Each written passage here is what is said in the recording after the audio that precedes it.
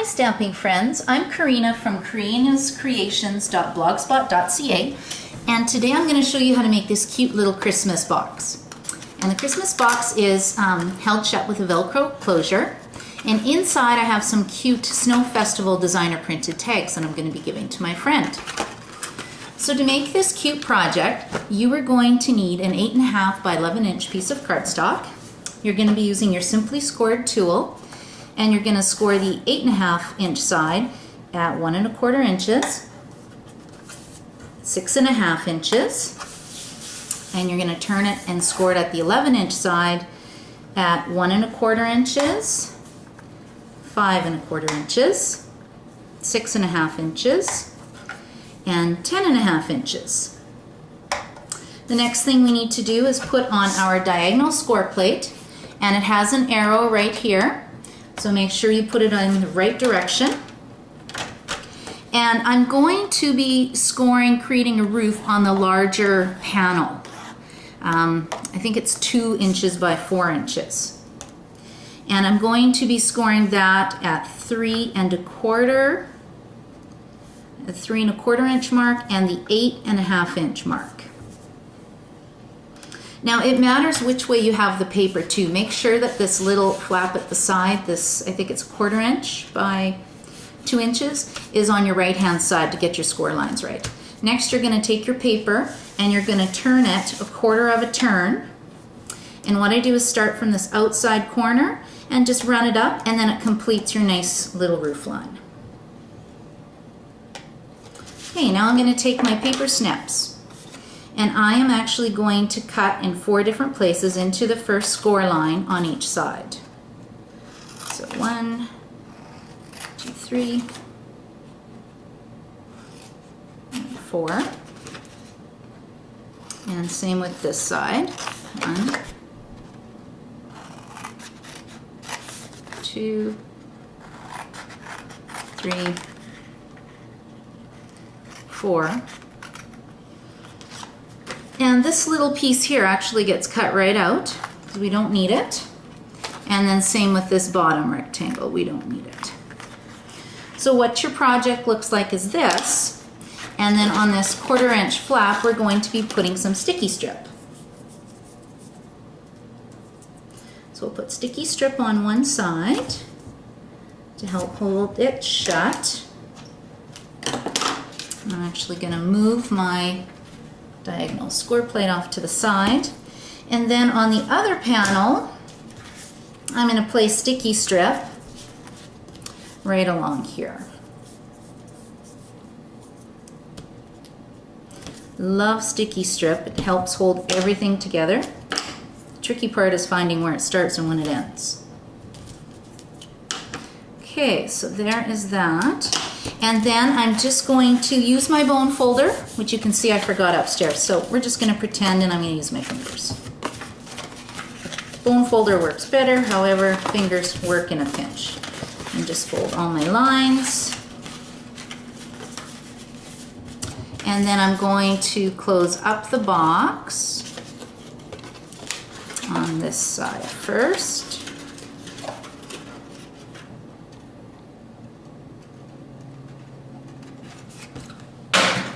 Oops. Okay, and then what I'm going to do is fold down the bottom part of the box, and then you can see I'm closing the bottom flap that has a sticky strip on it already. And the other thing with sticky strip, sometimes it's hard to close. Okay, so this is my box now. And now what I'm doing is bending in the folds, the score lines that we made. And then it just goes like this. You put in your treat inside. And then the Velcro, I just bought Velcro dots from any store. But to do it, I like to put them together. And then I'm just going to put it on one side right about there, so it's ready to go. Now in order to make the roof, you need to take 6 inch by 2 inch piece of early espresso, scored at 3 inches, and a 2" by 6" piece of our new Coordinations Early Espresso cardstock.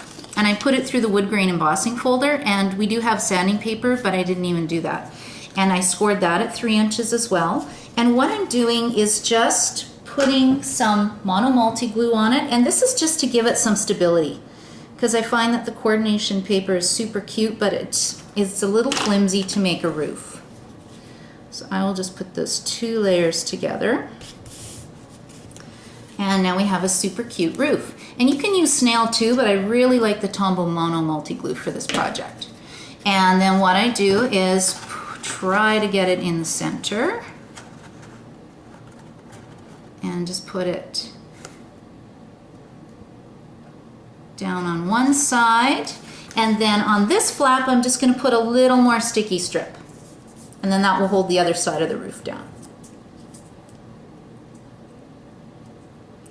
And then the rest of the box is just decorating. And what I decorated the box with was I took some gumball green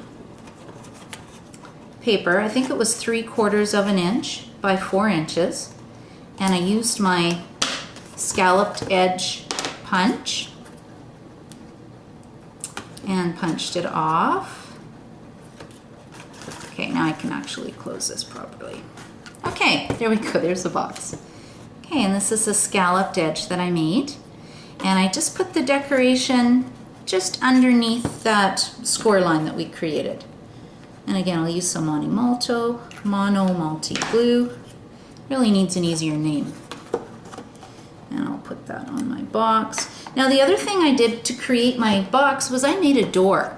So again, my door is 1.5 inches, I think by 3 inches, and I put it through the wood grain embossing folder. And to create the rounded edge, I'm putting it in my 1 3/4 inch circle punch. And when you put it on in the inside, you get this really cute little top door image. Another thing I'm using is the brand new 1 1/4 inch scallop circle punch, which is in the holiday catalog. But the trick to making the reef is you take your 3/4 inch punch first, punch it in the circle, and then when you line up your scallop circle over top, you can line it up and create a super cute little reef for your door. Now another product I used was the red dazzling details, which I had on my table. Oh, here it is, the red dazzling details. And I just put 3 dots for the berries, but you have to set it aside. It takes about a half an hour to dry nicely.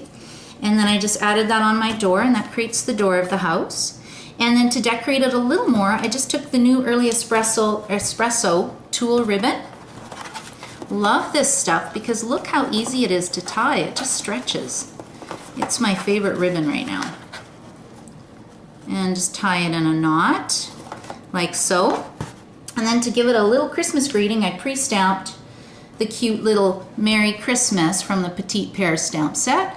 Punched a hole, put some cherry cobbler baker's twine through it, and then I'll just tie it to my tulle ribbon, put my door on, and you have a super cute little box. So I hope you like the project, and I put the instructions as well with all the dimensions on my blog. Happy stamping!